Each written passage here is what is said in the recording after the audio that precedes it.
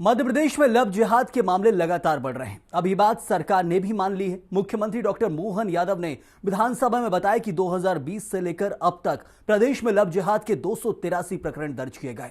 इनमें से 18 वर्ष से कम उम्र की 73 किशोरियां लव जिहाद की शिकार हुई। सर्वाधिक जहां एक तरफ 55 प्रकरण इंदौर में दर्ज किए गए हैं, दूसरे नंबर पर भोपाल में 33 दर्ज हुए। और लव जिहाद के प्रकरणों को रोकने के लिए मध्य प्रदेश धार्मिक स्वतंत्रता अधिनियम 27 मार्च 2021 से लागू किया गया था। इसके बाद भी ऐसे मामले जहां सामने आ रहे हैं और इनमें कोई कमी नहीं आ रही है। तो सोचिए आप, एक तरफ अधिनियम भी ला दिया गया, लेकिन फिर भी प्रकरण दर्ज किए जा रहे हैं, फिर भी मामले सामने ये निकल कर आ रहे हैं। 73 किशोरियां बताया जा रहा है कि जब तक लव जिहाद का शिकार हुई हैं। भोपाल में 33 मामले दर्ज किए गए। इसके अलावा इंदौर में सबसे ज्यादा प्रदेश के 55 मामले दर्ज हुए हैं। और ये सब जो लगातार मामले सामने आ रहे हैं, इनसे कार्रवाई कर सुधार लाने की कोशिश सरकार और पुलिस की होना चाहिए, लेकिन फिर भी ऐसा अब तक दिख नहीं रहा है। और इसी खबर पर ज्यादा जानकारी के लिए हमारे सहयोगी संजय डोंगर दिव्य हमारे साथ जुड़े। संजय, धार्मिक स्वतंत्रता अधिनियम 27 मार्च 2021 से लागू किया गया, उसके बाद से इन मामलों में कमी आना चाहिए। कहा जाए कि इन मामले जैसे ही सामने आते हैं, इनमें ऐसी कार्रवाई की जाए जो उदाहरण बने। क्या अब तक कोई ऐसा उदाहरण सेट नहीं किया गया, क्योंकि लगातार ये मामले सामने आ रहे हैं?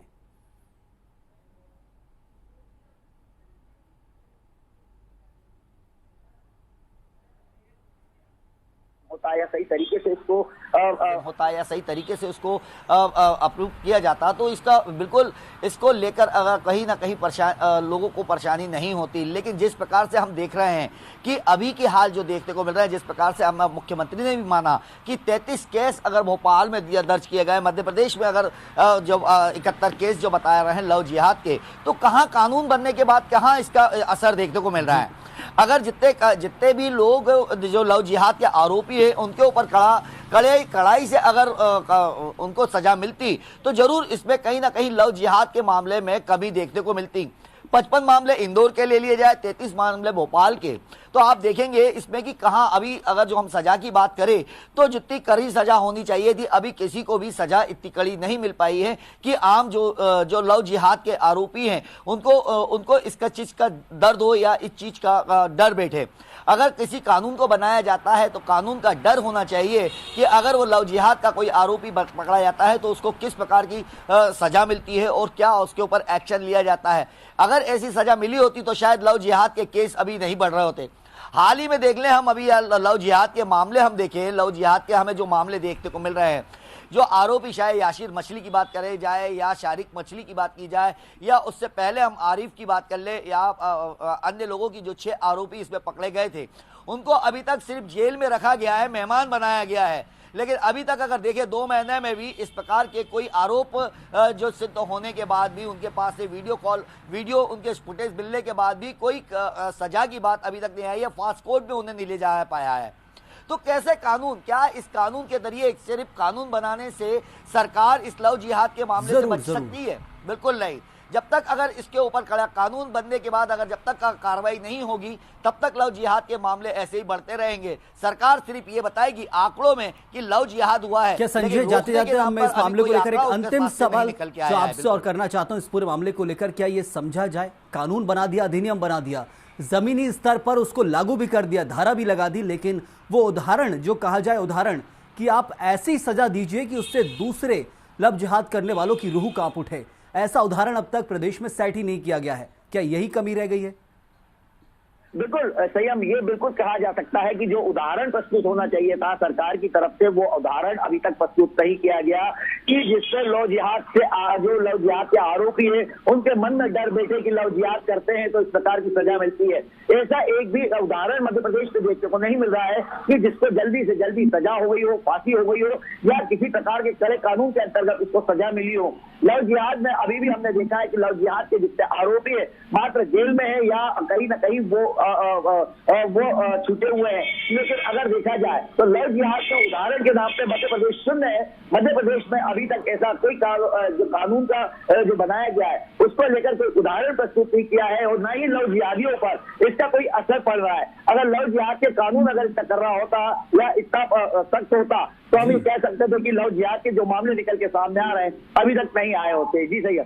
बिल्कुल संजय, लेकिन इस मामले को लेकर सबसे गंभीर सवाल जो खड़ा होता है कि यदि बात करें भोपाल की, इंदौर की, जो लगातार मामले सामने आए, उज्जैन से मामला सामने आया, नेपानगर से मामला सामने आया और बहुत सारे ऐसे जो सवाल जो निकलकर सामने निकल कर आए हैं, लेकिन सब सवालों को लेकर चर्चा भी जरूरी है। इस वक्त हमारे साथ मध्य प्रदेश बाल आयोग के जो सदस्य हैं अनुराग पांडे, वो हमसे जुड़ चुके हैं। अनुराग, इस पूरे मामले को लेकर हमें बताइए कि जो कहा जा रहा है कि मध्य प्रदेश में कमी रह रही है, लव जिहाद के जो मामले सामने आ रहे हैं, धार्मिक स्वतंत्रता अधिनियम लागू है, फिर क्या कुछ गलती, क्या कुछ कमी?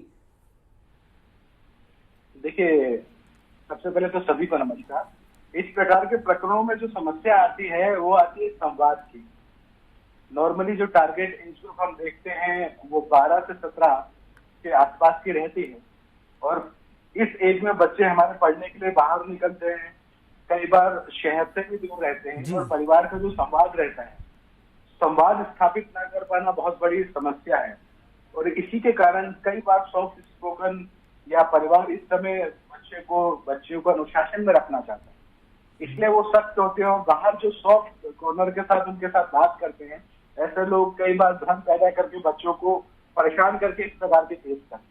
बिल्कुल अनुराग जी, लेकिन एक चीज जो यहाँ पर उठती है कि लव जिहाद की यदि बात आएगी तो उसमें कहा जाता है कि षड्यंत्र पूर्वक किया जा रहा है, तो इसमें बच्चों की जो कमी है वो तो है ही, माँ बाप की तरफ से उनकी संवाद की कमी, क्या दूसरी तरफ से षड्यंत्र जो चलता है उसके ऊपर भी सवाल नहीं उठेगा?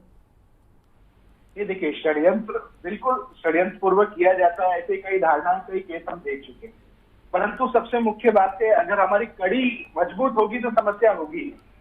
पहले संयुक्त परिवार से मैं अपनी बात को वापस आऊंगा। संयुक्त परिवार में जब बच्चियों को कोई भी समस्या होती थी, बहन, भाभी, चाची, मामी, सभी लोग पास होते थे, बच्चे उनसे बात कर पाते थे। अब एकांकी परिवार है, बच्चे अपनी बात नहीं रख पाते। बिल्कुल अनुराग जी, सबसे बड़ी चीज है कि जो कड़ी है घर की वही महत्वपूर्ण होती है, सबसे पहले उसको जोड़कर रखा जाए, वहां से अच्छे संस्कार, अच्छी चीजें बच्चों को समझा जाए, क्योंकि षड्यंत्र के ऊपर काम करना पुलिस और शासन का काम जरूर है। बहुत बहुत शुक्रिया आपका हमसे चर्चा करने के लिए।